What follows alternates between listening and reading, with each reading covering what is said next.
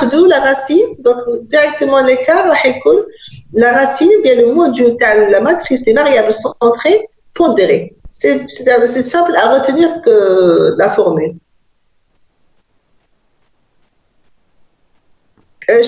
Vous voyez, vous suivez? Vous suivez, c'est ça, vous suivez dans la pratique. Alors, donc, j'ai pris cet exercice tout d'abord avec dimension 2 pour vous illustrer comment vous calculez la variance, covariance. C'est très simple. Il ne faut pas avoir peur. C'est simple à retenir. Un dx, toujours, même les formules, c'est très simple à retenir les formules à partir de la matrice. Un comme x, il faut traiter la matrice, mais c'est pas d'apprendre comme les formules. La matrice, pas traiter عندكم la matrice initiale x نشوف شحال عندي mes individus شحال عندي فيكتور لي معناتها combien de vecteurs individus عندي زوج donc automatiquement le poids راح يكون 1/2 خلاص. Je prends le centre de gravité. Première étape toujours, vous allez voir comme les exercices. La première étape نحول ce centre de gravité. La moyenne arithmétique تاع les variables. خلاص. Donc je prends les vecteurs colonnes نحسب la moyenne arithmétique. C'est très simple. Une fois que j'ai récupéré le centre de gravité, je récupère la matrice Y.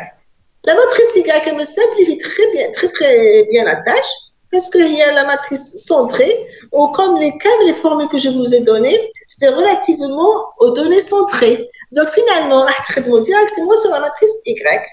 La variance, elle devient la norme au carré de Y. Pour l'écart, on a la racine de la variance. Donc, la racine de quoi? La racine de 1 plus 1. Bien sûr, toujours pondéré. Il ne faut pas oublier le poids. On a l'écart de, c'est la norme. On a la norme, racine, la norme pondérée par rapport aux composantes à Y. Donc, 1/2, racine de 1/2 multiplié par 4 plus 4. Donc, c'est très simple à retenir. Donc, finalement, en tant que formule, l'écart, elle représente la norme ou bien le module de la variable centrée. Bien sûr, module pondéré. Ou la variance, il va représenter la norme ou bien le module pondéré. Y. Donc, directement Y. Une fois on a calculé donc Z, donc je divise par 1, ou je vais diviser par 2, je calcule la matrice Z, il y a 1 sur 1, moins 1 sur 1, moins 2 sur 2, 2 sur 2. J'ai récupéré cette matrice.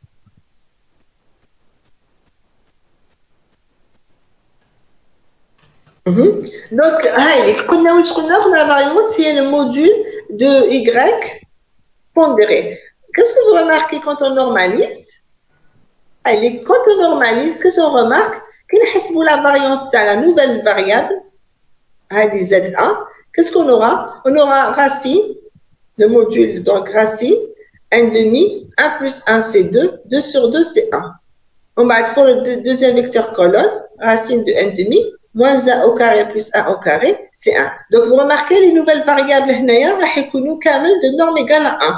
C'est ça le but de l'étape de normalisation.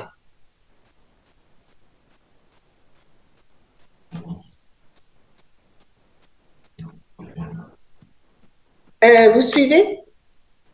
Donc, c'est pour illustrer donc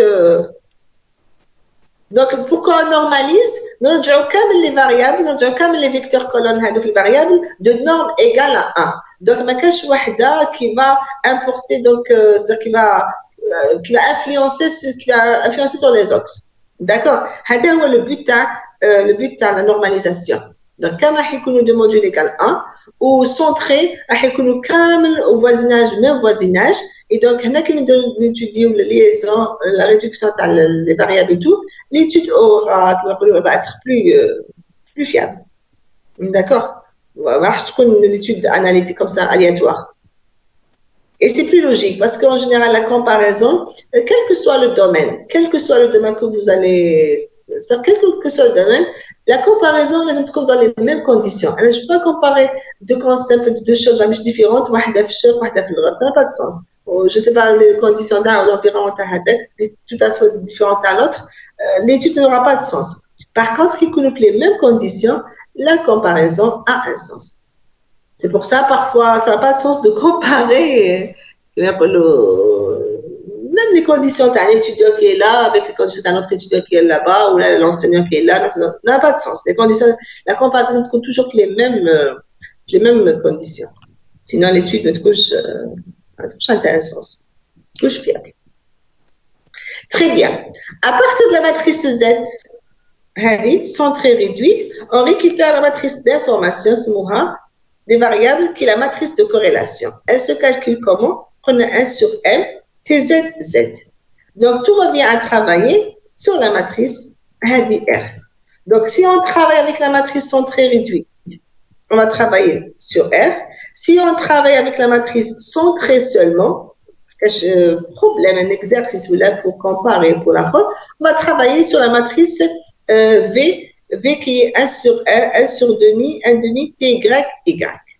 D'accord? Donc, donc, la matrice de covariance, j'aurai la matrice V, 1 demi, T, Y. Mais bien sûr, on s'intéresse en général à matrice de corrélation, c'est plus important, mais c'est jamais dans un exercice ou un problème, on a toujours, avec juste des données qui sont centrées, mais qui ne sont pas réduites, je vais travailler avec la matrice grand V qui va être égale 1 sur 1 demi, donc TY fois Y. D'accord? Donc, là, sur l'exercice numéro 1, plutôt l'exemple numéro 1, donc là, l'exemple numéro 1, c'était juste pour vous montrer les étapes de construction des axes, que sont les transformations à appliquer sur votre matrice pour après déterminer les axes principaux. Donc, après le deuxième exemple, on va chercher les axes principaux. Donc, j'ai séparé exprès les deux exemples. Le web dit tout simple, c'est juste pour voir les petites opérations Hadouma.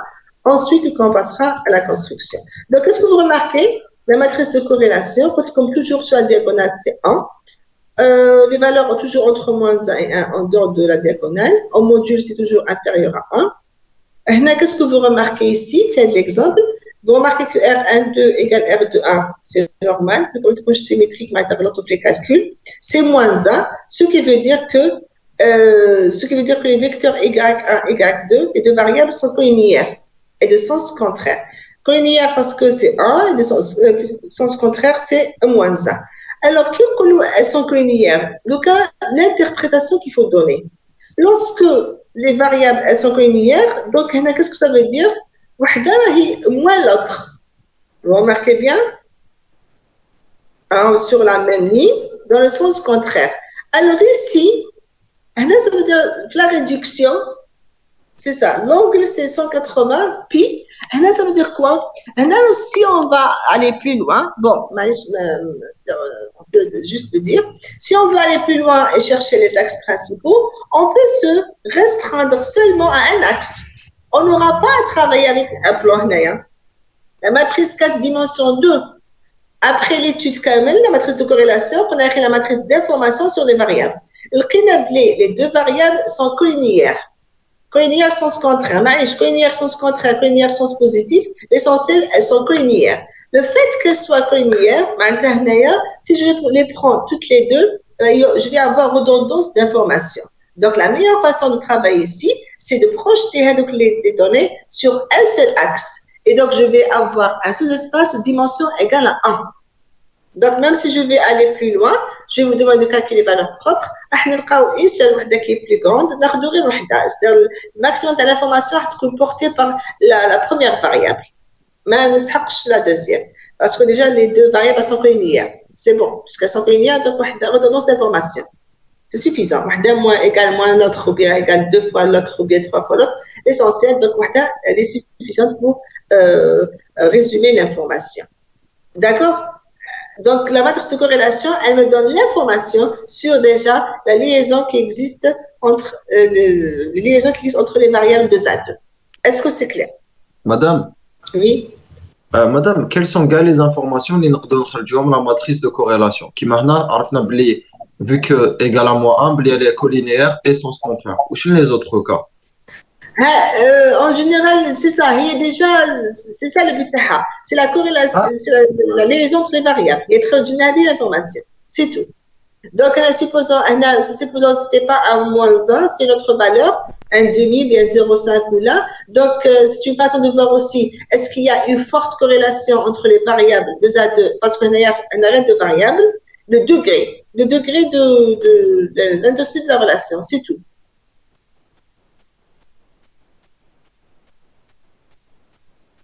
D'accord? D'accord, madame, merci. Parce que les RIJ, de quoi? Autrement dit, ما تنساوش ثاني كما قلت لكم d'autres fois, قلنا ثاني قلنا une information très importante هذيك النهار قلنا بلي qu'est-ce qu'il représente aussi le rayon de corrélation قلنا il représente le cosinus تاع l'angle qui est compris entre هذوك les deux variables.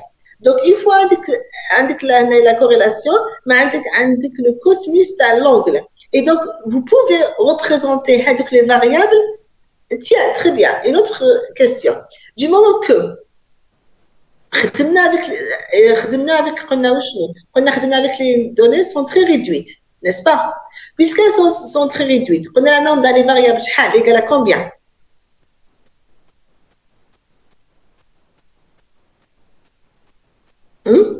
La norme des variables égale à combien?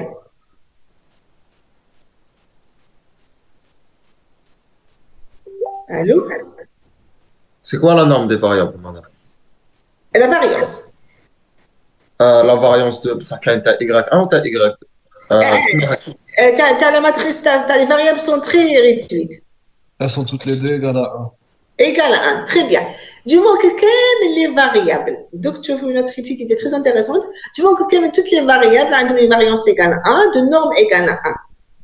Alors, si je veux présenter ces variables, oui, quelle est la meilleure façon de présenter ces variables? Oui, on peut nous présenter À partir du centre de gravité. par condition de gravité, عندهم كامل un module égal à 1. مش معناتها la variance, قلنا معناتها le module, c'est la distance. ريقولنا لك avec sa distance. La distance entre quoi et quoi? Entre le centre de gravité et la colle. Et donc, je peux les présenter sur... Oui, on peut présenter de préférence. On lui met dans un plan, on dit aussi dans un axe. On a كامل de norme égale à 1. Initialement, on met de la réduction كامل. Après avoir centralisé, après avoir rendu les données sont très réduites, de norme égale à 1. Le fait qu'il y ait la norme égale à 1, elles peuvent être représentées où?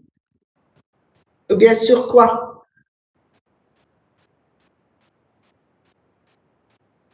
Quelle est la forme géométrique dont les points dispersés à partir du centre, c'est toujours la même norme? Un cercle, très bien. Partant d'un centre, d'un point, d'accord? Si tous les points ont les mêmes modules, même taille, ça veut dire la meilleure façon de présenter les choses, c'est dans un cercle. Donc, le fait déjà de rendre les variables de norme égale à 1, ça veut dire que je peux présenter les variables sur un cercle. D'accord? La matrice de corrélation, c'est l'intensité de la liaison entre les variables 2 à 2 et aussi elle représente le cosinus de l'angle qui existe entre deux variables. Donc, tu as une information, le cosinus entre les deux variables. Donc, ça veut dire le cosinus égale moins 1, la relation égale pi. Donc, sur l'axe, avec le cercle, je peux disperser donc, les variables où ils sont positionnés. Est-ce que c'est clair? Nous allons sur un cercle. Ou toujours, donc, comme la corrélation, c'est la liaison.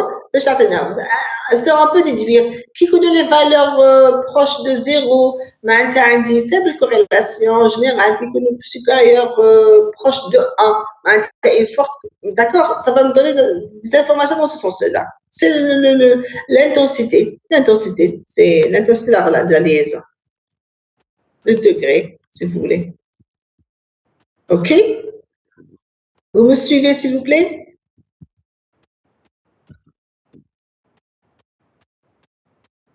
Nous prenons le deuxième exemple rapidement, pour mieux voir les choses, la construction, comment va se faire.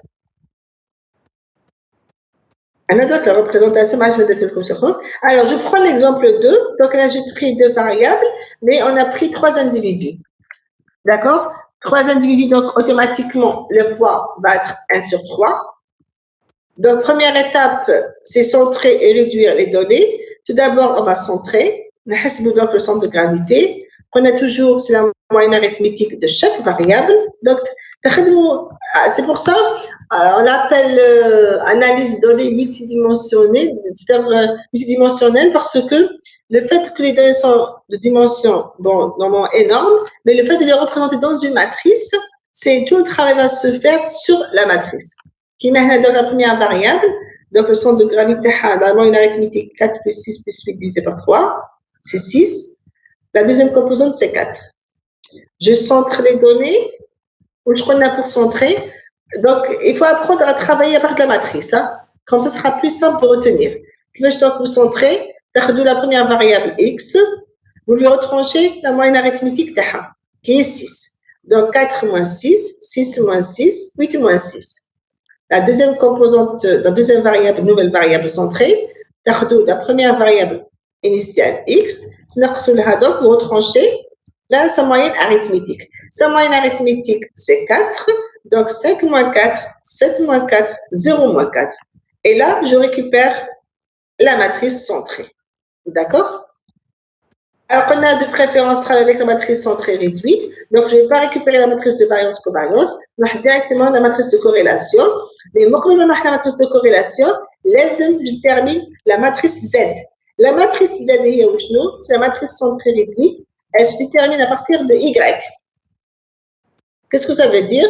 Une fois j'ai centré, maintenant je normalise. Comment je normalise? Chaque variable, je la divise par sa norme, bien sûr la norme pondérée par rapport le poids qui est bien sûr 1 sur 3. Donc c'est ça. C'est de la norme. Et vous remarquez bien, c'est racine de la variance Y. Donc traduit sur la matrice Y. Vous remarquez donc c'est très très intéressant. On m'a donc dit la matrice. Je cherche la norme à chaque racine, la norme à la variance, l'écart. C'est racine, donc c'est quoi? C'est la norme pondérée, un tiers. On va être 4 plus 0 plus 4. On va être pour la deuxième, c'est la racine, un tiers fois 1 plus 9 plus 16. C'est la norme pondérée. C'est la norme pondérée. Donc la variance, c'est la norme pondérée au carré. Pour l'écart, c'est carrément la variance. Donc c'est très très simple à retenir, n'est-ce pas? Donc vous voyez pratiquement comment on travaille sur les matrices, sur la matrice donnée. Donc l'étude se fait sur la matrice des données.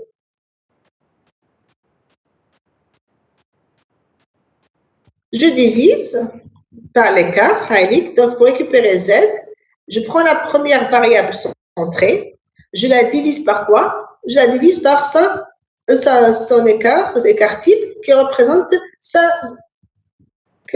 son module pondéré. La même chose, la deuxième variable centrée divisée par sa norme pondérée qui est son écart type, c'est ça pour avoir la matrice Z. Vous suivez?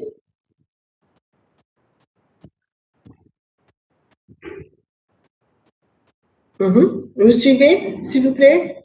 J'espère. Oui, madame. Vous suivez, ok.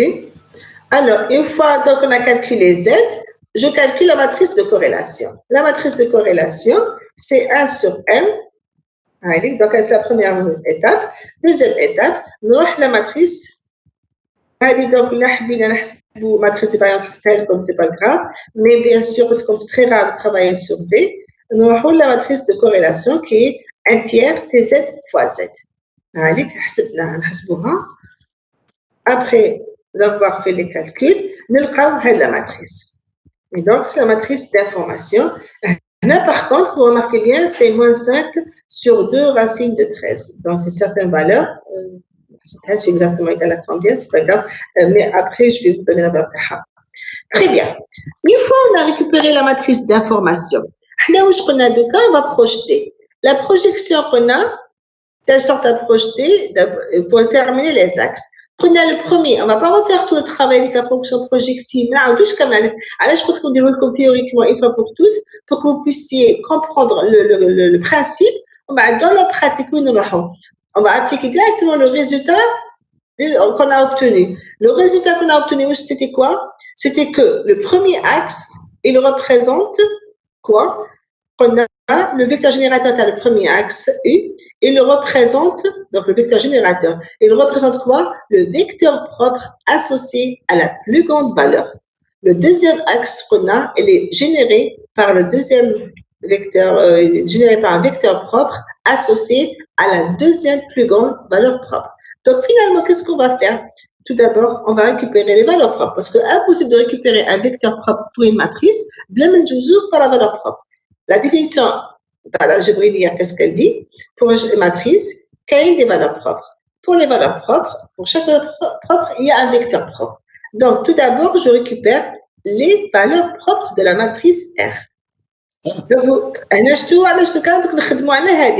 un tiers TZZ, mais TX qui m'a fait le cours, c'est juste pour ne pas comme trimballer avec les écarts, avec les poids. Donc, c'était pour expliquer donc, le principe de sur la matrice des données initiales. Mais dans la pratique, nous avons la matrice. Je récupère donc sur cette matrice des variables, des formations de variables, nous les valeurs propres. D'accord? Pour récupérer les valeurs propres, oui, question oui. Est-ce que tu peux détourner la matrice Z rapidement? Oui, bien sûr. Alors, Z, est centrée réduite. Puisqu'elle est centrée réduite, donc il y a déjà le première condition centrée. Donc, une chose est sûre, elle va se déduire à partir de Y. On a centralisé, donc on a centré, nous avons le Y. Donc, vous remarquez l'enchaînement, de X vers Y, de Y vers Z. En bas, de Y, nous avons vers V, ou de Z, nous avons vers R. هاي Z كيفاش نريكيبيروها Z elle se déduit à partir de Y ناخذ chaque variable chaque variable divisée على l'écart تاعها l'écart تاعها c'est quoi قلنا c'est la norme تاع هذا le vecteur la norme pondérée autrement dit c'est racine de 1 tiers fois 4 plus 0 plus 4. D'accord, merci madame. On a la même chose pour la deuxième variable, la même chose pour la troisième variable, cette fois il y a une troisième, et ainsi de suite. Bon, les exercices, bien sûr, on aura 3 et tout, on aura plus 10, 11 individus, bien sûr. En moins, on aura 3 variables. Parce que 3 variables, on a les valeurs propres, mais c'est sinon, qui connaît des variables, des variables 5, 6, 7, 10 et tout, parce que normalement, c'est avec un TP, avec un petit programme. C'est-à-dire, ça se programme les relations, mais je ne les valeurs propres. Parce que les valeurs propres, vous allez voir, c'est le calcul d'un déterminant, les racines d'un polynôme. Ou les polynômes qui comptent des ou des comme le 3, le four, le 4, le four, c'est difficile de chercher ces racines. Donc, c'est quoi les valeurs propres d'une matrice? On dit après l'exercice, je trouve des exemples. C'est quoi les valeurs propres? Ce sont les racines du polynôme déterminant de R moins lambda identité.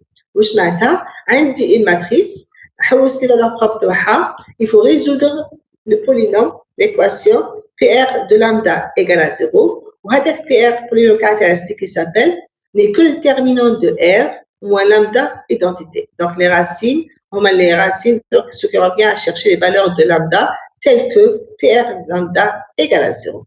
ناخذ هنايا عندي matrice carrée ماشي difficile هايليك. Donc R moins lambda identité c'est quoi? عندي R, la matrice identité c'est 1 sur la diagonale, 0 ailleurs, multiplié par lambda, puis lambda sur la diagonale, 0 ailleurs. Quand je fais donc la soustraction entre R et lambda l'identité, ce qui va changer, c'est juste la diagonale. Donc en général, là, 1 moins lambda, parce que ailleurs c'est des zéros, donc c'est ça. Donc finalement, R moins lambda identité, c'est cette matrice qui est à l'intérieur. Son déterminant, c'est ça, 1 moins lambda fois 1 moins lambda, moins ça fois ça. Donc c'est ça. Je résous l'équation, parce que je cherche les racines. Les racines, moi, les valeurs propres. Donc ça égale à 0. Alors là, en général, les racines, c'est pas la peine de développer. Si vous arrivez à écrire le polynôme sous forme de facteur, produit de facteur, de préférence, laissez produit de facteur parce que vous les racines. Sinon, le marqueur toujours développer, chercher les racines. Là, j'ai A2 moins B2 n'est que A moins B fois A plus B. Donc, les racines, 1 moins, donc la première j'aurai 1 moins lambda moins 5 sur 2 racine de 13 égale à 0, ce qui va me donner 1 moins 5 sur 2 racines, ou bien 1 moins lambda moins 5 sur 2 13 égale à 0, ce qui va me donner, la deuxième valeur, c'est 1 plus 5 sur 2 racine de 13. Donc là, j'ai deux valeurs propres réelles, l'oula 0,31, la deuxième 1,69. Alors, là où je connais les axes principaux, on a le premier axe, il est généré par un vecteur propre associé à la plus grande valeur propre. Donc, l'information الكبيرة كامل هي la valeur propre الكبيرة كامل. La valeur propre الكبيرة, c'est lambda 2, 1,69. Donc là, je vais chercher le vecteur propre associé à lambda 2. Je vais m'intéresser d'abord à l'hadi. D'accord? On verra dans le cours, bien sûr, les critères qu'il faut appliquer pour chercher le nombre d'axes qu'il faut. Parce que nous avons 3, 2, donc quels sont les critères pour choisir le nombre d'axes qu'il faut? D'accord? Une chose est sûre, qu'il faut aller toujours dans l'ordre. L'ikbira, l'itahta, et ainsi de suite. D'accord? J'ai besoin d'un axe, j'ai besoin de 2, j'ai 2 plus grandes, j'ai besoin de 3, j'ai 3 plus grandes. Et c'est tout, dans ce sens-là. Très bien. Alors, qu'est-ce que je fais? Donc, je vais commencer par 1,69 et je récupère le vecteur propre. Un vecteur propre, bien sûr, est un vecteur, x, y, tel que un vecteur, il doit vérifier l'équation. RV1 égale lambda V1. Qu'est-ce que ça veut dire? Comme tout à l'heure. V, vecteur propre associé à une lambda, à la valeur propre, il doit vérifier lambda fois V égale R fois V ou lambda valeur propre de R. Donc, il doit les informations. La matrice, sa valeur propre, son vecteur propre. L'équation, elle est vérifiée par le vecteur propre et lambda. Si l'égalité n'est pas vérifiée, V n'est pas un vecteur propre.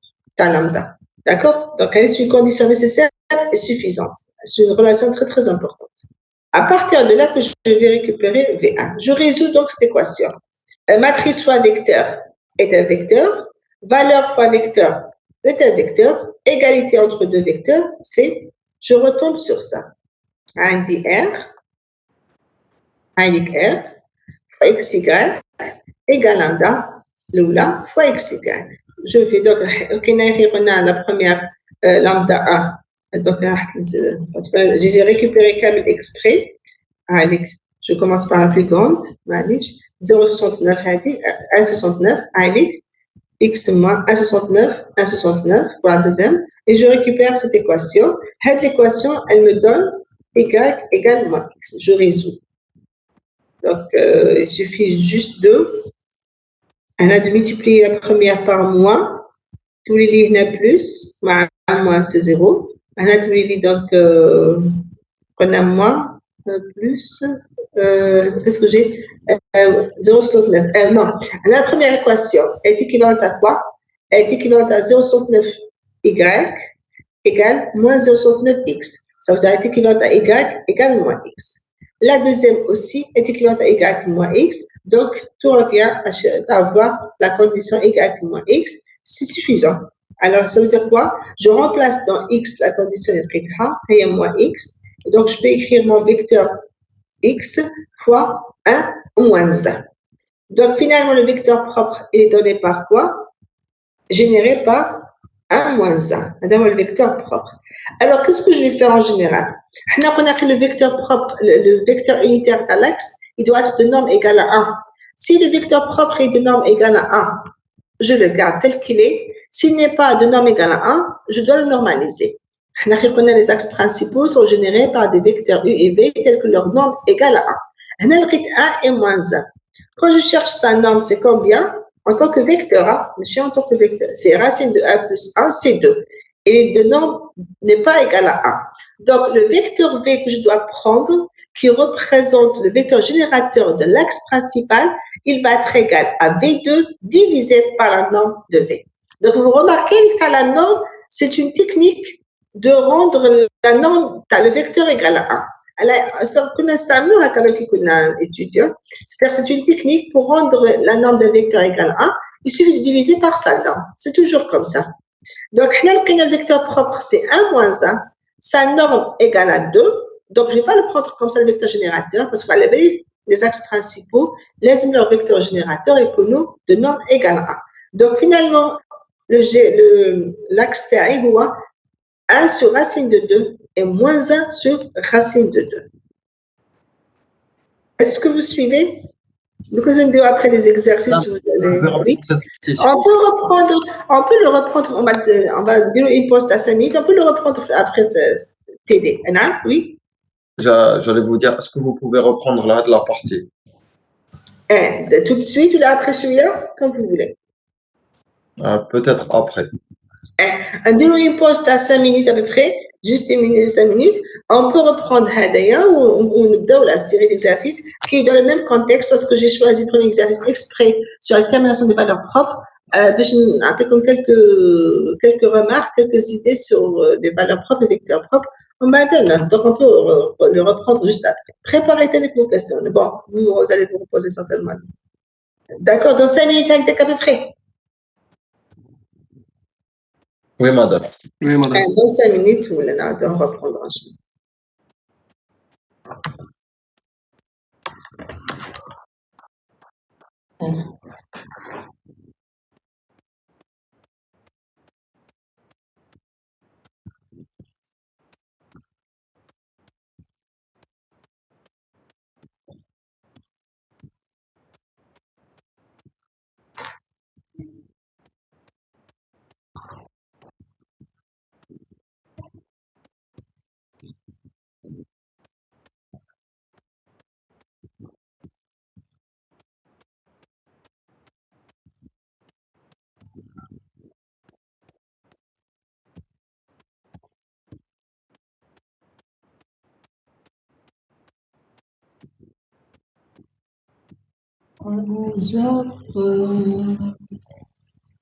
À 11h10, monsieur, 11h20. J'ai un cours à 11h20. في رمضان à 11h10, madame. حقنا في رمضان خلاص معليش داكور مفيش مشكل.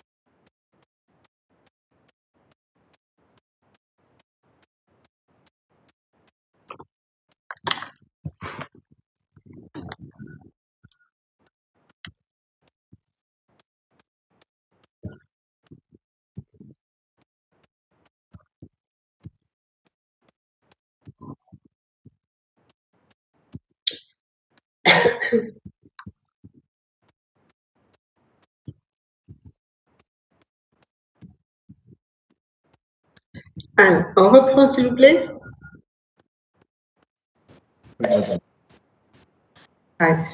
Alors, qu'est-ce que vous remarquez? On reprend l'exemple. On récupère, on cherche on cherche l'axe principal. Alors, je remonte. C'est ça. On doit résoudre l'équation R fois V égale lambda V avec la valeur propre égale 1,69. Alors, R fois V, t'as donné l'équation, x moins 0,69y égale 1,69x. Donc là, 1 moins 1,69, t'as donné moins 0,69x, moins 0,69y. Je retombe sur un système d'équations. On récupère le vecteur V. On a V quelconque x égale, c'est un vecteur qu'on est en train de déterminer. Alors, on a la première équation.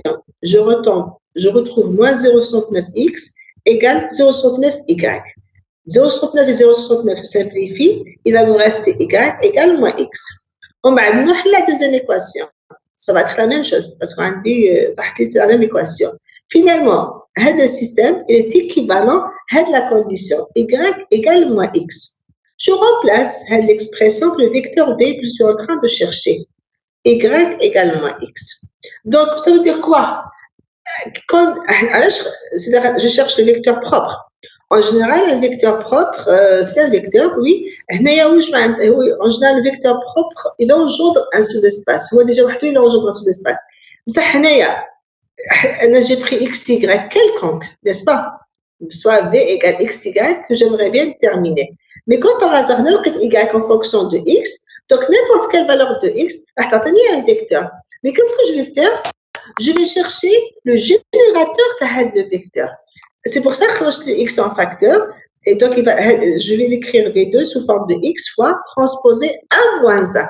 Donc, suffisant d'avoir le générateur, d'avoir 1 moins 1. Donc, 2 moins 2, ce n'est pas faux. 3 moins 3, ce n'est pas faux aussi. Mais là, qu'est-ce qu'on a de la base? On a le générateur. Le générateur, 1 moins 1, il y a 1 moins 1 de préférence. D'accord? Mais si vous prenez 3 moins 3, 2 moins 2, ce n'est pas faux. Parce que avec le vecteur V, il s'écrit x fois 1 moins 1 avec x dans R étoile. L'essentiel que vous multipliez par x qui n'est pas différent, qui est différent de 0. Maintenant, dans la pratique, en général, on prend le générateur, c'est-à-dire la base, donc c'est 1 en moins 1. Alors, quand il commet le vecteur, donc une fois que je l'ai trouvé quel vecteur propre, je vérifie. Si sa norme égale à 1, on a directement le générateur à l'axe principal que je suis en train de chercher. Ou la norme terme chez 1, le vecteur générateur, je le normalise. Je le normalise qui fait en divisant ses composantes par sa norme. La norme de V2, c'est combien? C'est racine de 1 plus 1. En tant que vecteur, un vecteur propre, je l'ai déterminé par la matrice. Donc, ça n'a rien à voir avec la matrice de données. Ça n'a rien à voir avec les poids. Il n'y a aucune relation. C'est le vecteur propre associé à la valeur propre de la matrice R. Donc, la norme tau, c'est carrément racine de x2 plus y de 2. C'est racine de 1 plus 1, c'est racine de 2. Racine de 2, ce n'est pas 1. Donc, le vecteur V2, il n'est pas de norme égale à 1. Et donc, si je veux le prendre comme générateur de mon axe principal, il faut que je le normalise par sa norme pour qu'il soit de norme égale à 1. Donc, le générateur de l'axe principal TI, 1 sur racine de 2, moins 1 sur racine de 2. Est-ce que vous avez toute l'idée? Madame, quand on est passé de égal transposé de x moins x, x fois transposé de 1 moins 1. Avec x rare, parce que c'est du coup, c'est une sorte de en tant que constante différente de 0, c'est ça? Répétez oui, répétez s'il vous plaît, je peux te lire. ما فهمت سؤال الاكس راه ولا نحينا الاكس. وانا قلت لك علاش نحينا اكس. حنا تري بيان، حنا قلنا في 2 هو ترانسبوز دو اكس موان اكس. خرجنا هذا لو فيكتور indépendamment. C'est juste l'écriture elle est correcte, n'est-ce pas? Oui. Donc, x fois transposé de 1 moins 1. Ça veut dire quoi? À chaque fois que je donne une valeur à x, j'obtiens un vecteur. Donc, quand le vecteur propre il engendre un sous-espace de famille, on va engendrer une famille de vecteurs qui sont 1 moins 1, moins 1, 1. C'est-à-dire tous les vecteurs de la forme x fois 1 moins 1, ils sont, c'est correct de les prendre. Mais nous avons seulement le générateur, nous avons la base. La base, c'est 1 moins 1, donc comme si on a associé à x égale à 1. Donc, quand tu as x égale à 2 et tu prends 2 moins 2, ce n'est pas faux. Mais en général, puisque tout autre vecteur, il va s'écrire x fois v, on va avec le v. N'importe quel autre vecteur, il va être écrit sous la forme x fois 1 moins 1. Et donc, je prends 1 moins 1, puisque le générateur de base. Je prends le vecteur le plus simple. Donc, c'est pour ça, après le x, parce qu'on sera un vecteur propre. Ça va générer une famille, ça va générer un sous-espace. À chaque fois qu'on a une valeur à x, on a un vecteur. Donc, les vecteurs s'écrivent en fonction de 1 moins 1. Donc, avec l'espace que je vais construire, il est engendré par 1 ou le moins 1. Et donc, je prends 1 et moins 1. Voilà ça. Est-ce que c'est clair? Oui, madame, merci. شغل هنا كي شغل نكتب هكا كي شغل نقول V2 كي شغل راح نقول V2 il est engendré par 1 moins 1. هكذا V2 هذا il est engendré par 1 moins 1. Et donc je prends le moins 1 puisque tous les autres vecteurs vont s'écrire en fonction de ça et donc je prends moins 1 moins 1. Et donc c'est pour ça que avec le x, je ne m'intéresse plus à x. D'accord?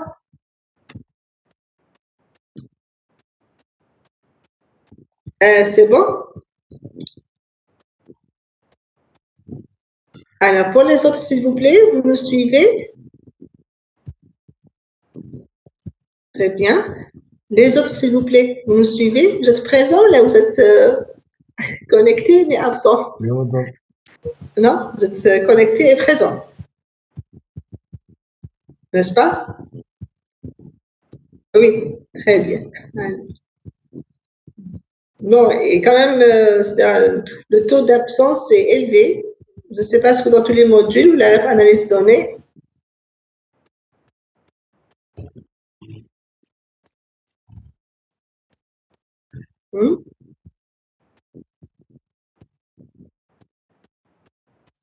Voilà. Parce que c'est la première séance في رمضان, même les autres modules ne commencent pas. J'espère que mais après Ramadan, on va vous retrouver, Inch'Allah. On va les retrouver. Très bien. Alors, c'est clair. Donc, qu'est-ce qu'on va faire? La même chose. Donc, on est en train de construire les composantes. Parce que les axes, vers les variables. Donc, je ferai que les axes, parce qu'après, il y a des critères où je dois récupérer un seul axe, ou je dois récupérer deux axes. Donc, le plus important, c'est qu'il faut les axes. Donc, la matrice, c'est normalement, une façon de faire la chose. Après, lorsqu'on va avancer le tour manige. Donc, la même chose, si on veut calculer le deuxième vecteur propre, avec le deuxième axe principal, on va faire la même chose. V égale xy, on hausse le vecteur avec générateur V, le vecteur propre. Je résous la même chose, RV égale lambda V, je retourne sur cette équation. Là, par contre, cette équation, la première, vers x égale y, la deuxième, vers y égale x, la même chose. Donc, il y a une seule condition qui est y égale x. Donc, là, je remplace le V1, x, je récupère x en facteur, je mets x en facteur, 3 fois donc transposé à 1. Donc, le vecteur générateur, tu as le vecteur propre ou à 1. Et donc, notre vecteur propre égale 1. C'est comme ça qu'on va faire. La même chose, la norme tau, c'est pas 1, c'est racine de 2.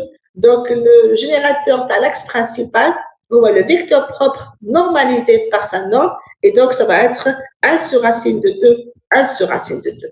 Donc, dans la pratique, c'est ce qu'on va faire. Donc, je vous fais les exercices techniques, mais on va avec d'autres idées. Donc, c'est des exemples spécifiques du cours. Donc, je vous fais TD, en général, le plus libre, on peut même. D'ailleurs, je vous ai choisi quand c'est des exercices que je vous fais. Très bien. Est-ce qu'il y a des questions pour la série d'exercices? Très bien. Il y a une petite remarque ici. Par contre, il y a une petite remarque ici. Une petite vérification. Regardez. une petite vérification. Je cherche le produit scalaire à I1 et I2. Qu'est-ce que je vais chercher? Je vais chercher le produit scalaire. Comment vous allez calculer le produit scalaire? N'oubliez pas, c'est la somme, première composante fois la première, plus la deuxième fois la deuxième. On remarque que U fois U1, U1 fois U2 égale à 0. Effectivement, donc, on va dire avec le vecteur l'oul,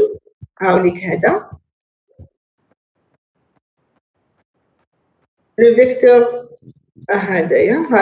très bien. Si je prends les deux hadou, comme ça, allez, on dit le produit scalaire d'aham. Qu'est-ce que vous remarquez? 1 racine de 2 fois 1 racine de 2, c'est 1 demi. Moins 1 sur racine de 2 fois 1 racine de 2, moins 1 demi. 1 demi moins 1 demi égale à combien? Égale à 0. Donc, vous remarquez bien, effectivement, les deux vecteurs sont perpendiculaires parce que leur produit scalaire égale à 0. Donc, on dit que les deux vecteurs sont orthogonaux, et on écrit U1 orthogonal à U2. Donc, ils sont unitaires de norme égale à 1 et ils sont orthogonaux. Alors, pourquoi on divise par leur norme? Donc, si vous prenez le vecteur U2, vous voulez chercher sa norme. Sa norme égale à combien? C'est racine 1 demi plus 1 demi. Donc, ça va être 2 sur 2. Racine de 1, c'est 1. Le deuxième vecteur, c'est racine de 1 demi plus 1 demi. Racine de 2 sur 2, c'est 1. Donc, vous remarquez bien, ils sont bien unitaires et ils sont orthogonaux 2 à 2. Et donc, ils ont été déterminés, bien sûr, à partir de la matrice de corrélation. Donc, ils vont représenter les deux axes principaux. D'accord? Et il y a une autre petite remarque ici. Qu'est-ce qu'on remarque? On remarque dans le cas, c'est pas tout le temps. Lorsqu'on travaille sur la matrice des corrélations, on remarque que lambda 1 plus lambda 2, là, tout le long, on remarque que lambda 1 plus lambda 2 égale à n. À n ici, une valeur propre. Lambda 1 plus lambda 2, 10 égale à 2. Et 2, elle représente quoi pour cette étude? Elle représente le nombre de variables. Donc, une remarque à retirer de cet exercice, de cet exemple, c'est que on travaille sur la matrice de corrélation, lorsqu'on travaille sur les données centrées réduites, la somme des valeurs propres en général égale à 2, égale plutôt à n, égale au nombre de variables. Égale le nombre de variables. Il faut bien retenir ce résultat. Hada, il va nous servir après pour récupérer le nombre d'axes qu'il faut. D'accord? Vous suivez, s'il vous plaît? Bien sûr, le cas de la matrice machine centrée normée, mais on n'a pas ce résultat. D'accord. Donc, dans le cas où on travaille avec les données centrées réduites, on a ce petit résultat qui dit que la somme des valeurs propres égale à n, qui est le nombre de variables. Autrement dit, qu'est-ce que ça veut dire égal nombre de variables? Ça veut dire qu'il représente l'information totale. D'accord? C'est comme avec l'inertie de l'information totale, elle représente le nombre de variables. OK? Est-ce que vous avez des questions sur ces petits exemples?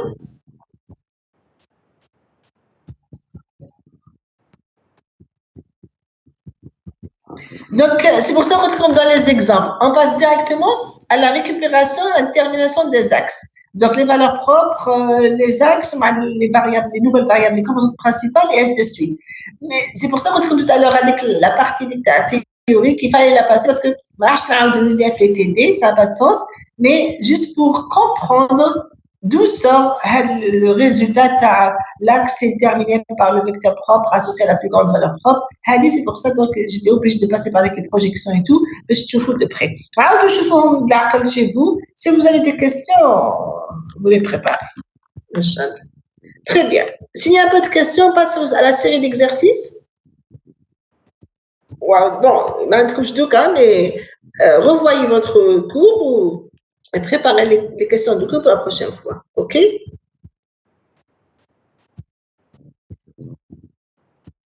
On passe à la série d'exercices. On dit au moins, on commence à faire la série. Très bien. Donc, j'arrête ce partage, c'est bon? Je passe à la série d'exercices.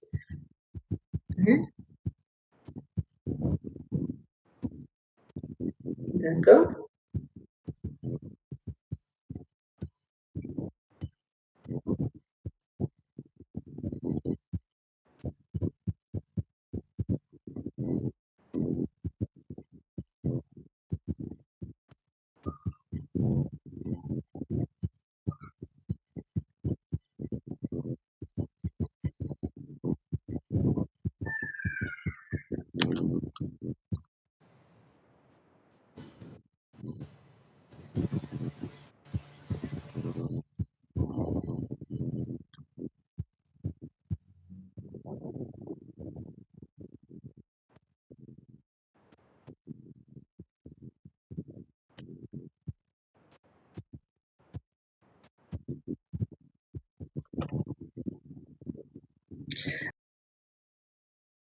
La série.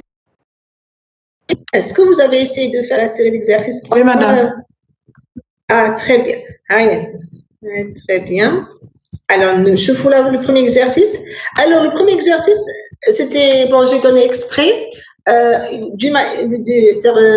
coup pour vous faire rappeler comment vous terminez les valeurs propres. Pardon, madame. Alors, la série que vous nous avez envoyée, c'est pas la même. Elle est le corrigé. Ah, d'accord, ok. D'accord. Elle est le corrigé. J'ai pas partagé la série quand vous l'avez, je l'ai pas partagée, mais le corrigé, je l'ai pas. D'accord, on l'a, merci. Très bien. Alors, prenez l'exercice numéro 1. Donc, extrait, j'ai donné deux matrices différentes. Je ne sais pas si vous avez essayé de calculer les valeurs propres ou pas. Vous allez vous rendre compte, pour une matrice, on va trouver des valeurs propres complexes. Pour l'autre, on va trouver des valeurs propres réelles. C'est pour vous dire que même la matrice réelle, les coefficients dans R, les valeurs propres, ils sont complexes. Donc, ça veut dire que si vous allez résoudre le polynôme, ou le discriminant, vous avez un polynôme de degré 2, le discriminateur est négatif, ça ne veut pas dire qu'il n'y a pas de valeurs propres. C'est faux. Les valeurs propres existent, mais seulement elles sont complexes. OK? Donc là, est-ce que c'est clair? Donc là, je suis en train de, donc tout d'abord, oui, qu'est-ce qu'il y a, Raouf? Oui, chez vous? Ah, madame, quand vous avez dit, est-ce que vous avez calculé les valeurs propres? Ah, donc, personne, très bien. Donc, personne ne les a calculées? La demoiselle Katli, oui, non? La demoiselle Katli, oui, non? Vous l'avez calculé, mademoiselle? Ou là, non? La demoiselle, tout à l'heure. Non, madame. Vous avez calculé les valeurs propres? Non, madame. Ah, c'est bien. Alors, je vous l'exercice numéro 1 ensemble. Un note de matrice A et B. Première question, qu'est-ce qu'on vous demande? Déterminer les valeurs propres de deux matrices. On va être comment déterminer les vecteurs propres associés à les valeurs propres. Mais j'ai aussi des notions parce qu'on peut toujours vous donner des questions de cours, des petites questions comme ça. Alors, la première, on va le traiter. On a tout à l'heure, bon, je vous ai donné un petit rappel le cours, c'est l'exercice, je vois de près. D'une manière générale, donc, définition, si vous voulez. Les valeurs propres d'une matrice sont les racines du polynôme caractéristique. On l'appelle polynôme caractéristique, noté PA de lambda et il est défini par déterminant de A moins lambda identité. Donc la matrice A. D'accord? C'est une matrice quelconque, les valeurs propres en résolvant l'équation PA de lambda égale à 0 parce qu'on avait dit que ce sont les racines de ce polynôme. Donc en général, on récupère tout d'abord ce polynôme. Donc pour la première matrice, pour la première matrice, alors, j'ai pris donc A moins lambda identité. N'oubliez pas qu'on a lambda fois identité, c'est la matrice lambda sur la diagonale, 0 ailleurs, n'est-ce pas? Donc, je ne l'ai pas écrite parce que c'est clair pour vous.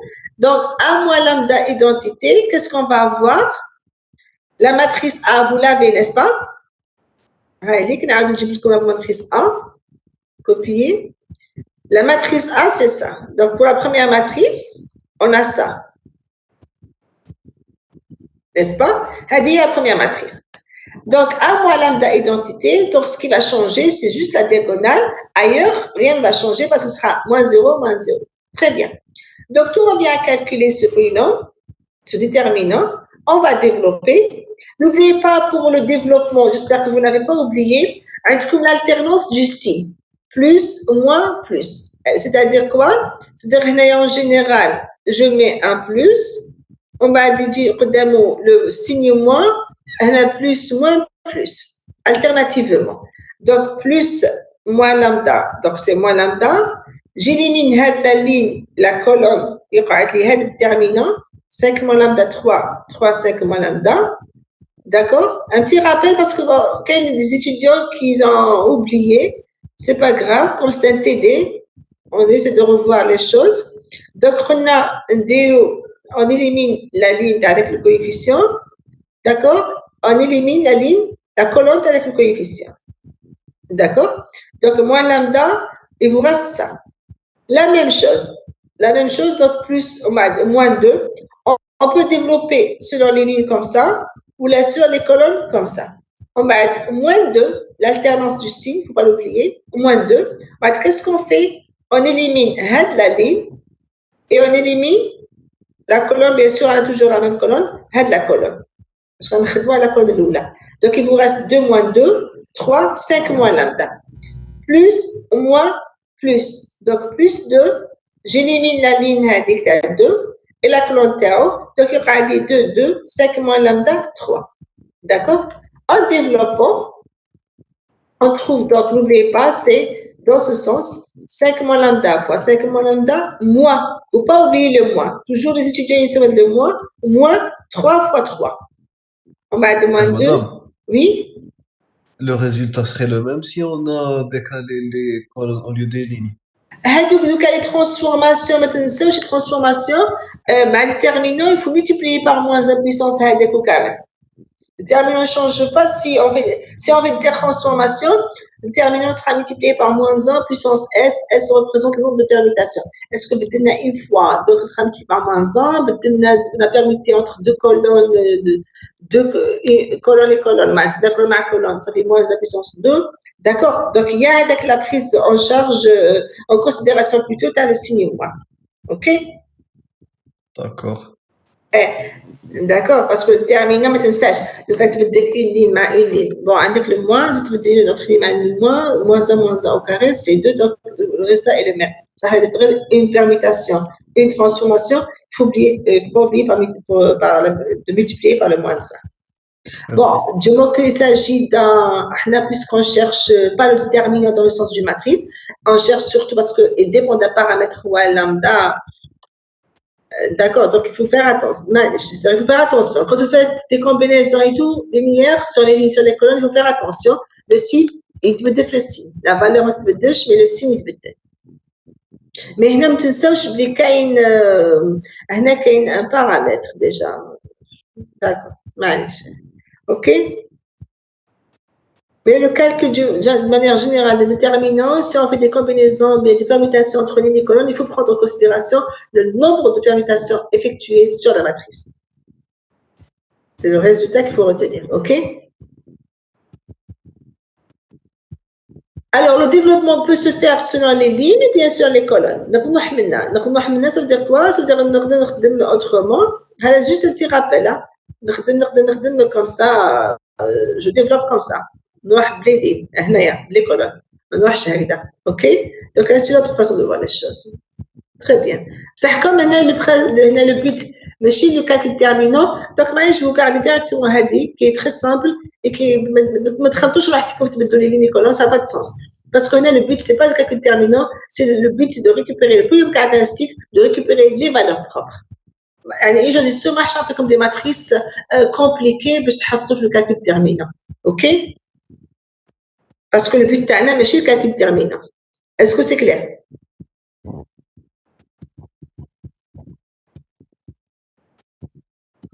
C'est clair? C'est clair, madame. Oui, madame. Ok. Donc, en développant, نلقاو هاد le polynôme. On va donc les racines. Les racines, non, je sais pas.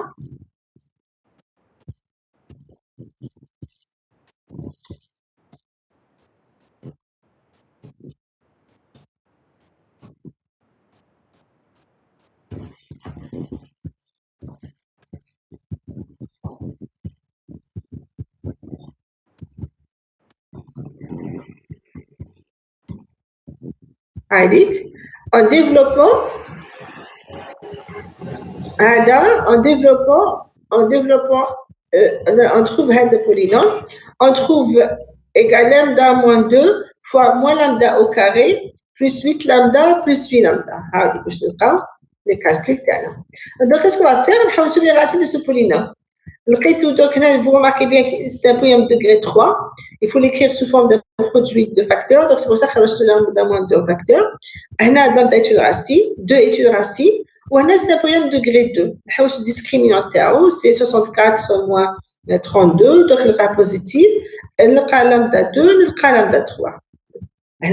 C'est moins 8 sur moins 8 plus racine de delta sur moins 2. Et moins 8 moins racine de delta sur moins 2. Je retrouve ça. Donc, je trouve ces trois valeurs. Qu'est-ce que vous remarquez? Le but, c'est quoi? Le but, c'est vous deux. Dans ce cas-là, pour une matrice réelle, il y a trois valeurs propres réelles. N'est-ce pas? Il y a une autre remarque à retirer, c'est que le nombre de valeurs propres coïncide toujours avec la dimension de la matrice.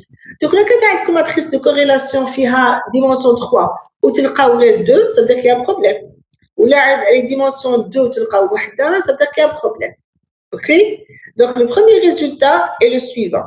Le nombre de valeurs propres coïncide avec la dimension, bien l'ordre de la matrice. La matrice d'ordre 4, il faut avoir 4 valeurs propres. La dimension 3, 3 valeurs propres. Ces valeurs propres, ils coulent réelles, confondues, distinctes, complexes, elles peuvent être comme on veut. C'est-à-dire elles peuvent avoir tous ces cas. D'accord? D'ailleurs, c'est pour ça que j'ai choisi un deuxième exemple exprès pour vous montrer dans ce cas-là, malgré que la matrice était réelle, mais ses valeurs propres sont complexes. Adi? Pour cette matrice-là, on cherche le déterminant, on trouve moins lambda fois lambda au carré plus 3 quarts. Quand on cherche les racines, la première racine, c'est clair, lambda égale à 0. Alors, la remarque est telle comme tout à l'heure, c'est la suivante. Lambda 2, si je reprends ça, les racines, vous allez écrire quoi? Vous allez écrire lambda au carré. Hada égale à 0, c'est équivalent aussi à lambda égale à 0, ou bien lambda au carré égale à combien? Donc, il faut faire attention. Lambda au carré égale moins 3 quarts. Lorsque lambda au carré égale moins 3 quarts, ça ne veut pas dire que me cache les valeurs propres, parce que là, c'est complexe. Non, c'est négatif. Non. Les valeurs propres existent, seulement elles sont complexes. Donc, c'est I racine 3 sur 2 et moins I racine 3 sur 2. En général, les valeurs propres qui nous conjuguées. Complexes, qui sont complexes, qui sont conjuguées. Donc, la valeur complexe et sont conjuguées. OK? Donc, les valeurs propres peuvent être aussi complexes, même si la matrice, elle est réelle. OK? Alors, donc, le deuxième résultat qu'il faut bien retenir. Très bien. Et bien sûr, la valeur propre, la valeur absolue complexe, c'est le module. C'est-à-dire, si on veut la comparaison, ça va être la comparaison dans le sens de module. Si le module est supérieur, plus grand. Est-ce que c'est clair? Vous me suivez, s'il vous plaît?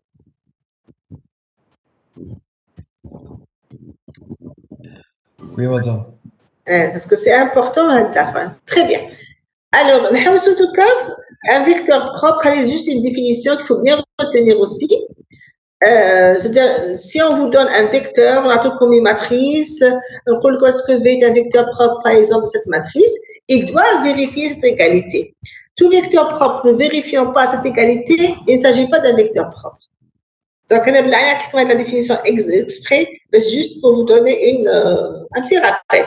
Un petit rappel sur des notions de base qu'il faut bien connaître et qu'il faut bien maîtriser. OK? Donc, un vecteur propre, il doit vérifier cette égalité. C'est que vecteur propre de la matrice, vecteur propre associé à la valeur propre, de la matrice A. Donc, il doit vérifier AV égale lambda V. Matrice fois vecteur est un vecteur, valeur propre fois vecteur est un vecteur, égalité entre deux vecteurs, donc c'est correct. OK? C'est donc là en répondant bien sûr à la question 2 de l'exercice numéro 1. C'est comment déterminer les vecteurs propres associés à leur valeur propre.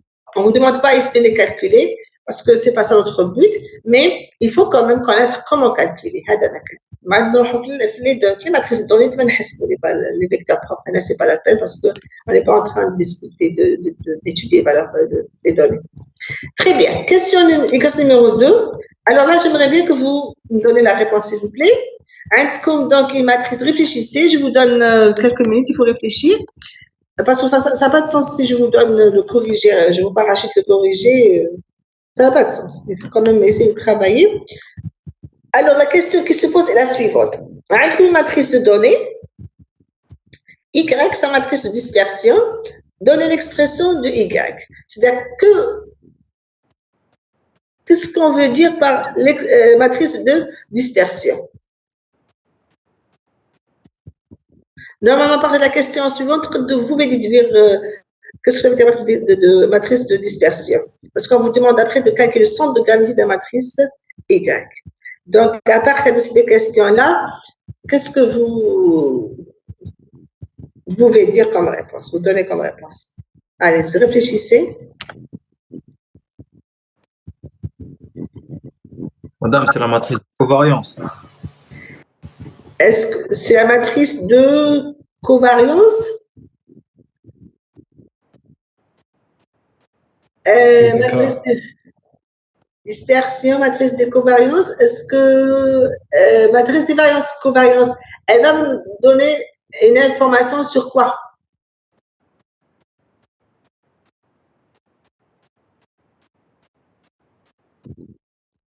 Ce n'est pas la matrice centrée. Donc, tu vas voir la petite différence entre ce que tu as dit et entre la bonne réponse. La matrice de variance, covariance, elle me donne l'information sur quoi?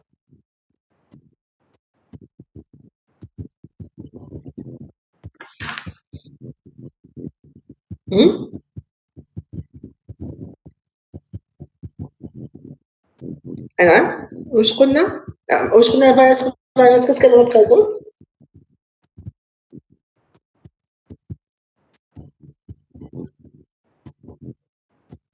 Hein?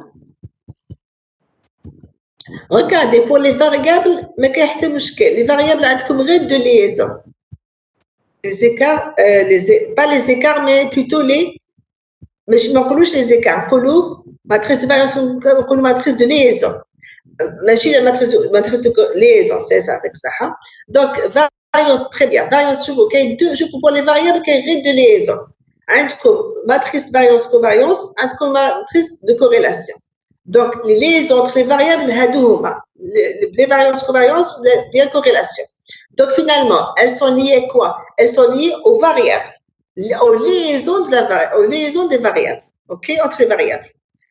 La liaison dans les variables, d'accord? Donc, c'est le sens de la liaison. Par contre, on a la corrélation, c'est l'intensité de la liaison.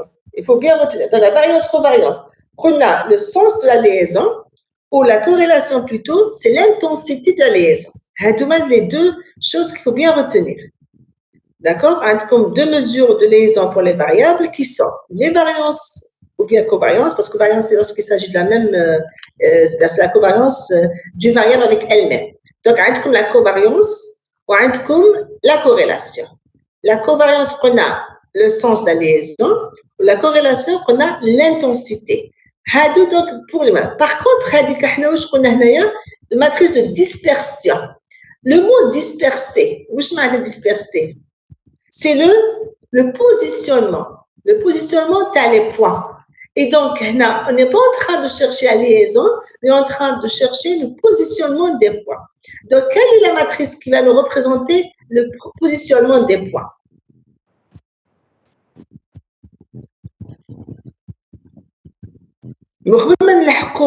La matrice de variance-covariance, quelles sont les matrices centrée. C'est la matrice centrée. C'est la matrice, donc, avec sa matrice dispersion, c'est la matrice centrée. On a le centre de gravité, on va dire la matrice Y qui va translater les données autour du centre de gravité, autour du nouveau point origine. Donc, elle va nous présenter la dispersion des points autour du centre de gravité. Donc, la matrice dispersion n'est que la matrice centrée Y. Autour du centre de gravité, donc elle va nous préciser la dispersion d'un nuage de la matrice. Est-ce que c'est clair? C'est bon? Donc il faut se familiariser avec les notions. Petit à petit, donc vous allez commencer à se familiariser. C'est bon? Très bien, donc c'est la matrice centrée. Donc la matrice centrée, comment elle se calcule? Elle se calcule bien sûr X moins, donc le centre de gravité. Alors la question qui est très importante, quel est le centre de gravité de cette matrice de dispersion? Alors donc جاوبنا indirectement.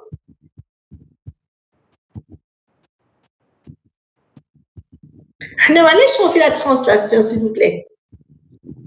باش نبدلوا le point d'origine, n'est-ce pas?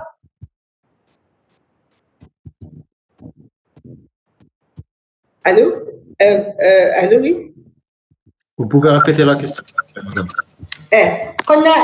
Quel est le centre de gravité de cette matrice? On calcule le centre de gravité. Plutôt, on calcule la matrice centrée. On a dit vers autour du centre de gravité. C'est ça. Qui dit autour du centre de gravité? Donc, où j'ai le centre de gravité à la matrice jdida, dans les données jdida. Il va être combien? Égal à combien?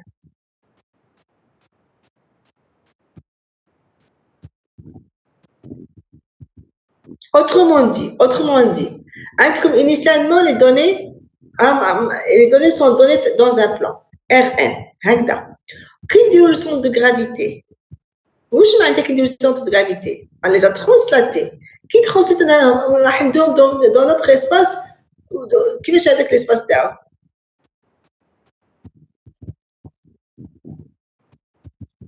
La moyenne de chaque variable. La moyenne, mais chez la moyenne, parce que d'une manière générale, pour tous les points. Parce que pour tous les points. Bon, la moyenne, où j'ai la moyenne dans ce cas? Où j'ai la moyenne? Où suis là, la moyenne arithmétique, les nouveaux points. Calculer le centre de gravité. وش راح يكون؟ شحال راح يولي؟ Dans le nouveau nuage translaté.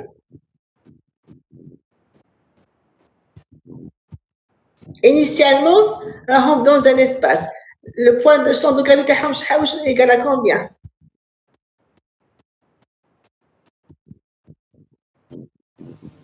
C'est quoi le centre de gravité?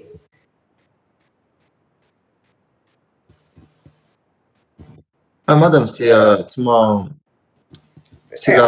moyenne sur la ligne.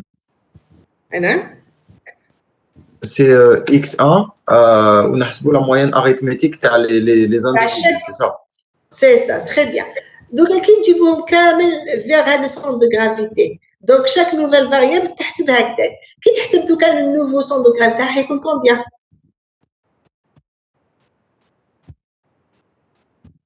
Ma femme, c'est quoi le changement? C'est quoi la différence entre avant et après?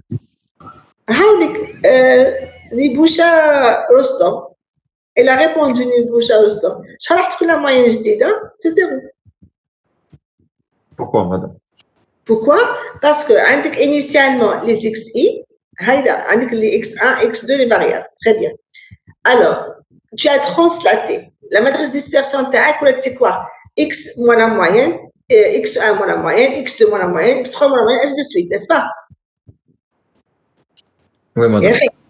هذا x moins la moyenne, moins la moyenne, moins la moyenne. هذاك moins la moyenne, moins la moyenne, moins la moyenne, qu'est-ce qu'il représente? Il représente les composantes, les moyennes, هذوك représentent les composantes du centre de gravité. Très bien. Qui est le centre de gravité? Je dis, allez, j'ai translaté vers le centre de gravité, point d'équilibre. Prenez le point d'origine. Donc, j'ai le point d'origine pour le nouveau espace. La moyenne, le centre de gravité, est égal à combien? La moyenne, tu as x moins la moyenne. La moyenne, tu as x moins la moyenne. Qui est-ce que tu as? On va le présenter. Regardez. On a, allez, essayez de me suivre s'il vous plaît. On a x, un centre de gravité de y qui est donné par un vecteur g, dont chaque composante est définie par la moyenne arithmétique. هذا اللي حابين نحسبوه. هذا هو x1 x2 x1. Donc انا حبيت نحسب هذا النوفو حبيت نحسب le nouveau centre de gravité. Par définition واش قلنا chaque composante elle représente la moyenne. Donc la composante à nouveau centre de gravité c'est 1 sur 1. La somme la donnée elle est translatée. Donc ما توليش x j k تولي x y a ou y j k واش هي x j k moins x k moins la moyenne. Donc ça va être 1 sur 1. La somme xjk moins 1 sur 1, la somme xk bar. La somme xjk fois 1 sur 1, qu'est-ce qu'elle représente? Elle représente xk, la moyenne initiale. Mais elle dit la somme xk bar fois 1 sur 1, qu'est-ce qu'elle représente? C'est la première, plus la première, plus la première. Donc, c'est combien? Combien de fois? x1, xk, j allant de 1 à 1. Tu es en train de calculer m fois la même moyenne. Donc, est-ce que c'est clair? Comme si c'est mxk bar sur m, donc tu auras été xk bar.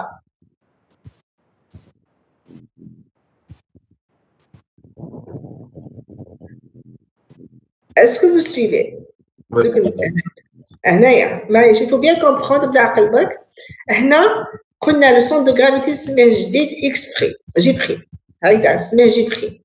هذا J', c'est le centre de gravité تاع la matrice Y. Il est donné par quoi? Il est donné par ناخذو bien sûr هو بلي Y. وراح يكون pour les Y. N'est-ce pas? راح يكون pour Y1 هذيك ainsi de suite. Ainsi de suite.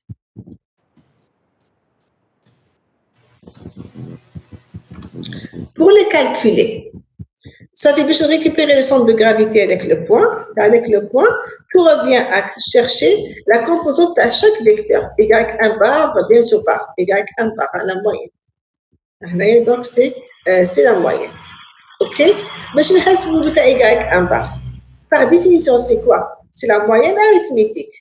Y1, qu'est-ce qu'elle représente? C'est pour ça qu'on a comment calculer la matrice. La matrice de dispersion, c'est x moins g. G.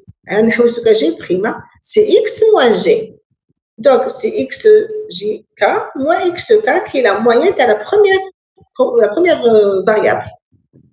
D'accord? Donc, c'est 1 sur 1 fois la somme de la première, la moyenne, la somme de xjk moins la somme xk bar. Mais elle dit la première, la somme xjk pour j allant de 1 à 1, elle va représenter quoi l'expression? Elle représente la moyenne arithmétique de la première variable par définition. Par contre, on a xk bar là, c'est la moyenne est calculée. Ça veut dire que la moyenne, m fois. M sur n, c'est la moyenne. Donc, c'est la moyenne moins la moyenne égale à 0. Donc, chaque composante, elle est nulle. Chaque nouvelle moyenne arithmétique est égale à 0 parce que le point dit tout le centre de gravité. C'est la moyenne un fois. Est-ce que c'est clair? Je ne sais pas est-ce que c'est pour tout le monde ou pas? Oui, c'est plus clair. Est-ce que c'est au vrai sens du mot, mais pour juste passer? Oui. Très bien. Pas pour faire passer des choses, oui, très bien. Parce que tu vas retrancher la moyenne. Par définition, c'est la moyenne arithmétique, mais là, tu es en train de sommer un fois finalement. Pour chaque variable, tu vas sommer un fois la moyenne. 1 divisé par 1, c'est 1, et tu auras dit que c'est xk bar, tu auras dit que la moyenne. Donc, xk bar moins x bar égale à 0 pour tout cas, k allant de 1 à 1. Donc, le nouveau centre de gravité, c'est 0. D'ailleurs, bien sûr,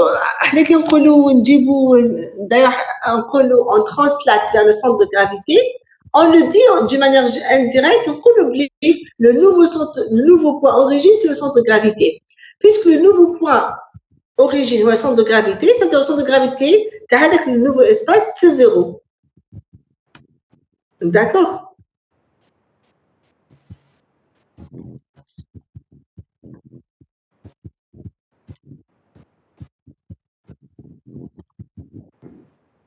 Est-ce qu'il y a des questions?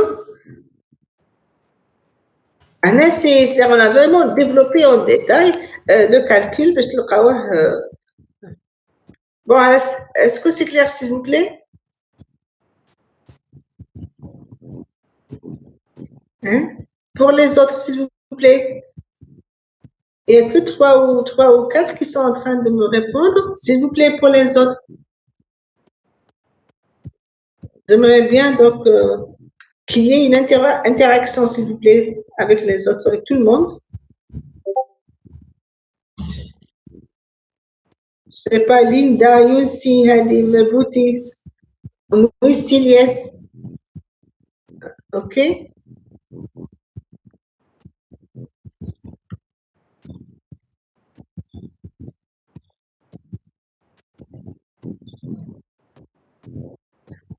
Comment la moyenne, la somme de petits xk est devenue la moyenne de... Eh bien sûr, parce que les petits x, elles représentent quoi? Elles représentent les coordonnées de la variable. D'accord? Et donc, tu es en train de sommer la somme d'AKM, les composantes de la première variable, fois 1 sur 1. Donc, tu es en train de chercher sa moyenne. XJK petite hadia, XJK petite, elle représente la composante de la première, la quatrième variable. Dans la quatrième variable. Donc, la somme d'AKM, les composantes de la quatrième variable, multipliée par le poids 1 sur 1, représente sa moyenne arithmétique. C'est pour ça, elle est remplacée par grand XK. Est-ce que c'est clair, Kabesh? D'accord, très bien. Donc, s'il y a d'autres questions, alors, s'il n'y a pas d'autres questions, on va essayer de voir l'exercice numéro 3. L'exercice numéro 3, c'est essayer d'analyser, on vous a donné une matrice de corrélation de 6 variables. Elle a été calculée et on vous donne donc la matrice. On vous demande d'étudier les propriétés de Waha et d'examiner déterminer les relations les plus significatives. C'est-à-dire comment il faut lire une matrice de corrélation. Bon, les propriétés de cette matrice en tant que matrice. Quelles sont les propriétés de la matrice de corrélation? Donc,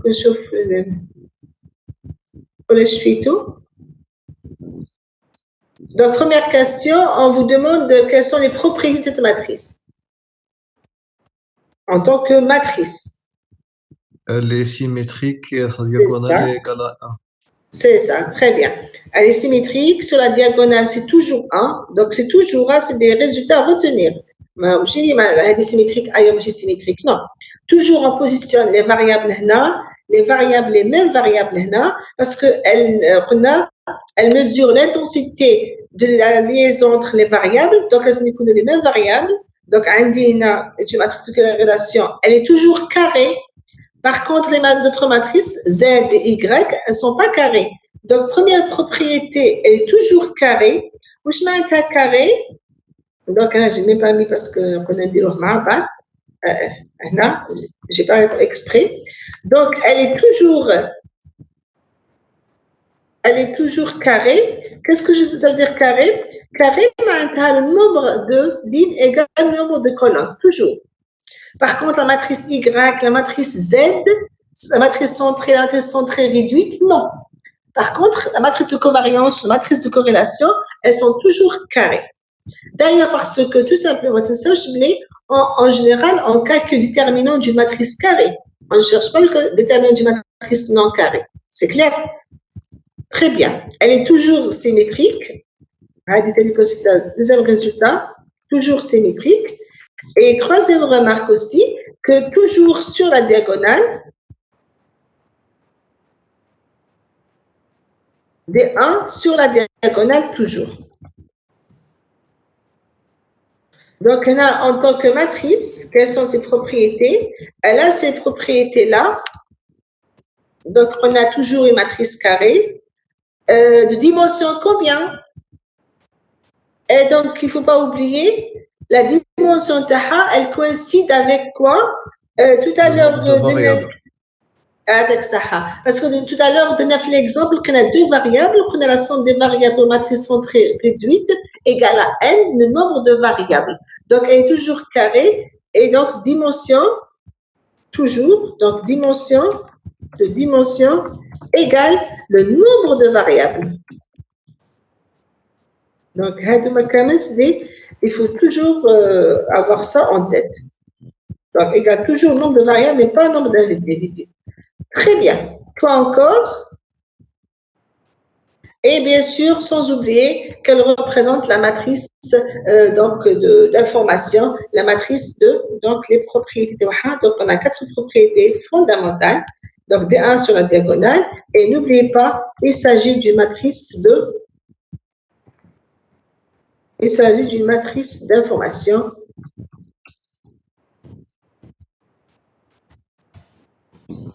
sur les variables. OK? Donc, Hadouma, c'est des petites propriétés fondamentales. D'accord? Grosso modo, Hadouma les plus importantes. Alors, question suivante. On vous demande d'examiner la matrice de corrélation en examinant quelles sont donc les relations les plus significatives. Alors, les plus significatives en général, dans quel sens, à votre avis? Dans quel sens?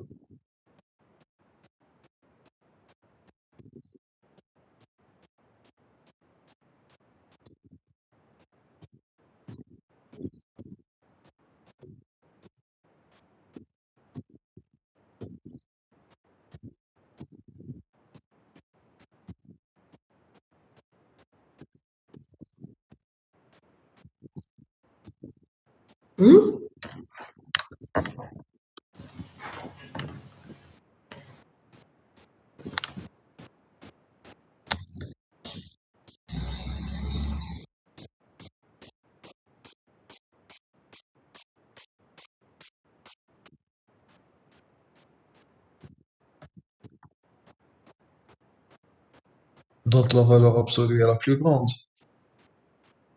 Donc, plus grande au module. Parce qu'il y a des valeurs négatives, il y a des valeurs positives.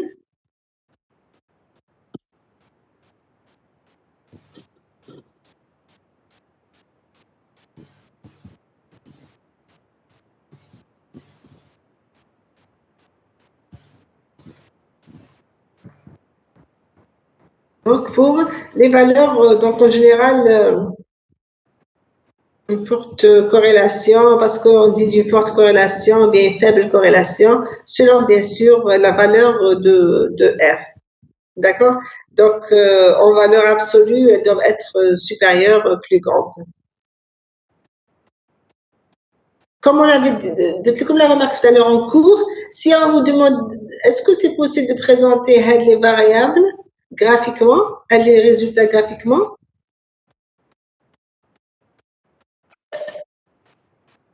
Oui, madame. Mais c'est moi qui m'a rappelé que on pouvait les représenter sous forme de cercle.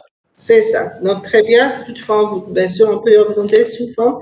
On peut les positionner comme un sur un cercle parce que le module تاعهم كامل égal à 1. Donc, c'est l'angle بيناتهم, cosinus d'un angle. Donc, on peut les positionner 2 à 2. Très bien. C'est dans ce sens-là. Oui. Allez, très bien. Donc, l'exercice numéro 4, je crois, donc, l'analyse. Donc, c'est quelques questions de manière générale. Un petit rappel sur les valeurs propres, sur le nombre de valeurs propres, la dimension et tout. L'exercice numéro 4, si vous voulez. L'exercice numéro 4. On a une matrice de données.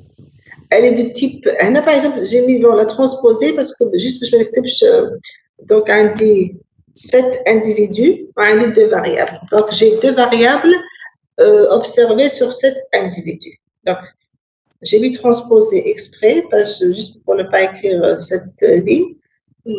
D'accord? N'oubliez pas, la transposer, la ligne devient colonne, la colonne devient ligne. Donc, on a dit 0, 1, 1, 2, 3, 3, 4, ça va être la première colonne. On dit 1, 2, 4, 3, 2, 4, 5, ça va être la deuxième colonne. D'accord? D'accord? Vous suivez? Maintenant, la première variable, le vecteur, va transposer dans le deuxième. parce que j'ai mis transposé. C'est juste pour ne pas écrire matrice de 7 lignes et 2 colonnes. Il faut bien lire les données, s'il vous plaît. Hein. La présentation, les énoncés. Très bien. On vous demande de calculer le centre de gravité. Allez-y, prenez une feuille et un stylo. Donnez-moi le centre de gravité à du nuage de points. Allez-y.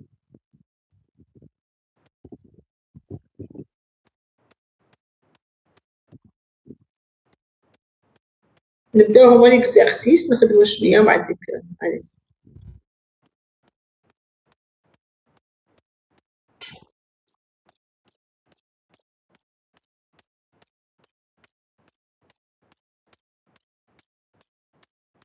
Deux et demi. Alors, pour les autres.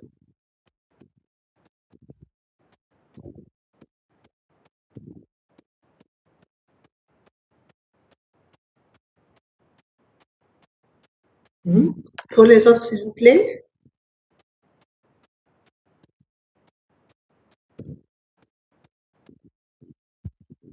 Donc, le centre de gravité, on a la moyenne arithmétique, dans les variables. Allez-y.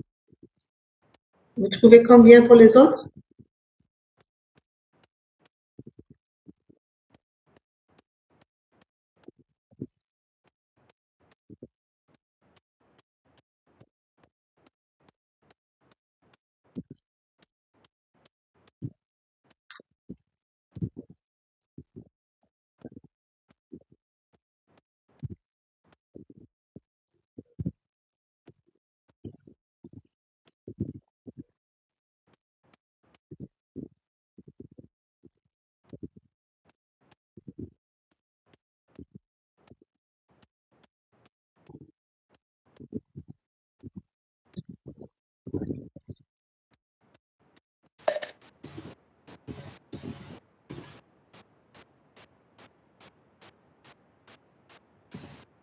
Alors, 2, 5, 2, 3, 2, 3. Alors, je connais 2, 5, c'est Raouf 2, 5. Voilà, 5, 5 Raouf. 2, 3, 2, 3, 2, 3. La deuxième variable, moyenne de la deuxième 3, donc 2, 3. OK. Donc, Salim ici. Très bien. Alors, vous vérifiez pas que la deuxième composante tac Raouf. Hein? Donc, 2, 3. Très bien. OK. Donc, on a la première variable, c'est ça. La première variable, donc, c'est le vecteur colonne transpose 0, 1, 1, 1, 2, 3, 3, 4. Deuxième variable, c'est 1, 2, 4, 3, 2, 4, 5. Donc, pour la première, la somme de la première, c'est 4 plus 3, c'est 7. 7 plus 3, c'est 10. 12, 13, 14, divisé par 7, c'est 2. Et la deuxième variable, c'est donc 21 sur 7, c'est 3. Donc, le centre de gravité, c'est 2, 3. Très bien. La matrice centrée, حسبناها x0. D'accord. La matrice, سميناها x0. Donc, ça va être 0 moins 2, 1 moins 2, 1 moins 2, 2 moins 2, 3 moins 2, 3 moins 2, 4 moins 2. Allez. En bas, 1 moins 3, 2 moins 3, 4 moins 3, 3 moins 4, 3 moins 3, 2 moins 3, 4 moins 3 et 5 moins 3. On récupère x0, cette matrice. Donc, à chaque xj, c'est x, donc on lui associe x0j, c'est xj moins xj bar, bien sûr, moins la composante. Pour chaque composante, je retranche la moyenne arithmétique. D'accord? La matrice de variance-covariance, on l'a appelée, donc je peux l'appeler, bien sûr, cours V. Parfois, tu le quelques ouvrages C, je vais changer ce n'est pas V. La matrice de variance-covariance, elle est notée par V. N'oubliez pas, c'est 1 sur M, par définition. Donc, n'oubliez pas, la matrice des variance-covariance, elle se calcule sur la matrice centrée seulement. OK? Sur la matrice centrée.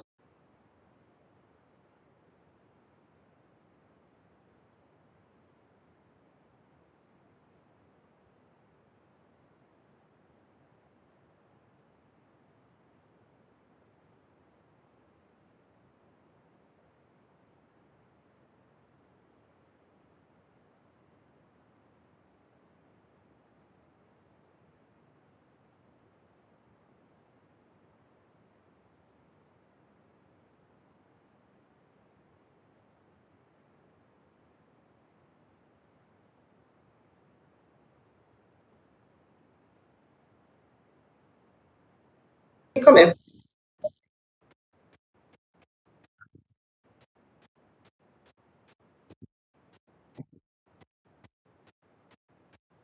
Ok, s'il vous plaît.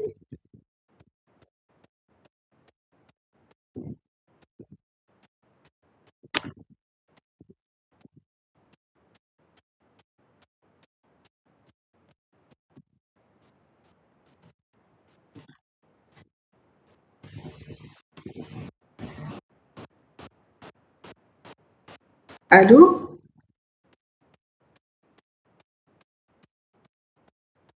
Il y a une coupure de sang.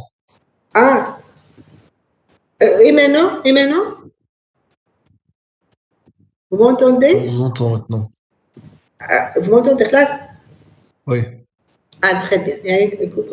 Alors, qu'est-ce que je disais? Écoute, comme, bon, on est en train de, c'est-à-dire, je me suis engagée, mais la prochaine fois, dorénavant, j'aimerais bien que vous fassiez un effort et essayer de préparer les exercices. Parce que si vous attendez le jour d'examen pour quelqu'un qui va leur prendre les axes principaux, les composantes et tout, vous allez vous perdre. Donc, essayez de faire un effort, s'il vous plaît, de préparer la série d'exercices pour qu'on puisse voir de près ce qui se passe. La question suivante, je vais vous laisser donc en déterminer la variance, en déduire l'inertie autour du centre de gravité. Qu'est-ce que ça veut dire l'inertie? On a la définition de l'inertie. On a l'inertie, qu'est-ce qu'elle représente? Des nuages de points. Elle représente la quantité d'informations contenues dans la matrice donnée, n'est-ce pas? Comment elle se mesure comment? Avec comme la formule qui nous permet de mesurer l'inertie. Est-ce que vous vous rappelez? Non? Mais je comme la prochaine fois, sinon. S'il vous plaît, donc réfléchissez. L'inertie qu'on a, c'est la quantité d'informations contenue, donc l'inertie qu'on a, c'est là.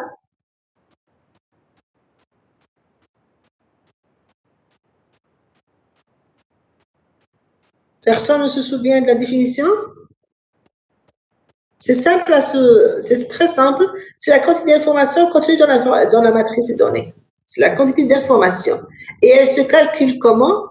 Elle se calcule par la variance, la somme des variances. Parce qu'on a la dispersion, elle mesure la dispersion des points individus autour du centre de gravité. Donc, c'est la somme des variances. Avec la matrice de Y, c'est la matrice de dispersion. Donc, la dispersion est un nuage de points, d'accord? Y, la dispersion est un nuage de points. Pour mesurer cette dispersion-là, on utilise l'inertie. Donc, comment on l'utilise? On calcule la distance de chaque point vers le centre de gravité. Donc, c'est la somme des variances. La distance dans le point vers le centre de gravité, elle représente la variance. Donc, l'inertie, qu'est-ce qu'elle représente? Elle représente la somme de la variance de toute la variable. Est-ce que c'est clair?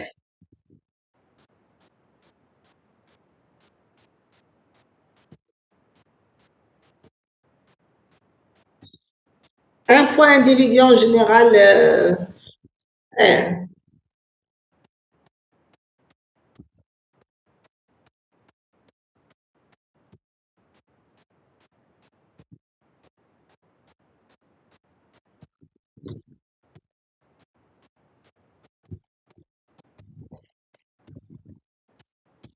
c'est bon? C'est la variance, donc c'est la variance du nuage, et donc c'est la somme des variances de toutes les variables. Donc essayez de le calculer pour la prochaine fois et de préparer la suite, on verra ensemble. Mais je vous conseille de faire un effort et de préparer la série d'exercices pour vous exercer, parce qu'il faut s'exercer. D'accord, je ne sais pas que même les autres donc ils n'insistent pas, ils ne s'exercent pas, je sais pas qu'ils travaillent, mais quand même c'est important de préparer la série, de voir ce qui se passe. Ok. Si vous avez des questions, vous les envoyez par email ou les préparez pour la prochaine fois. D'accord, ok.